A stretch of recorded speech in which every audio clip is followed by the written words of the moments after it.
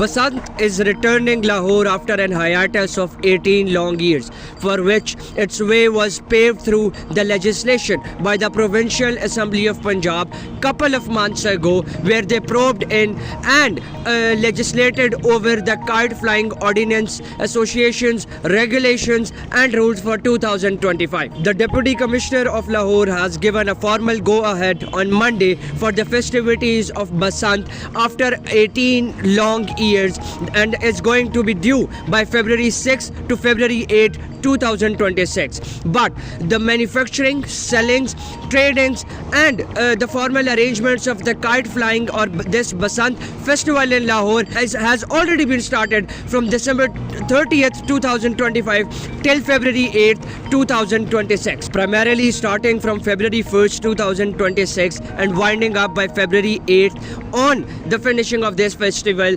Basant in Lahore.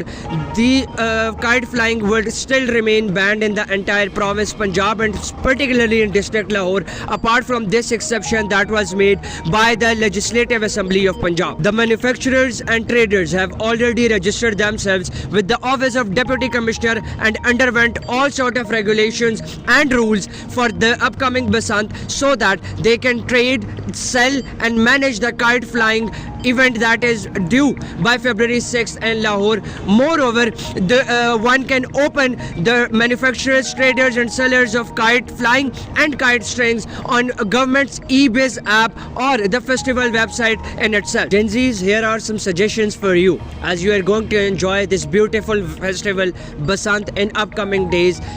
Just pay heed to these suggestions so you shall not get in any sort of trouble.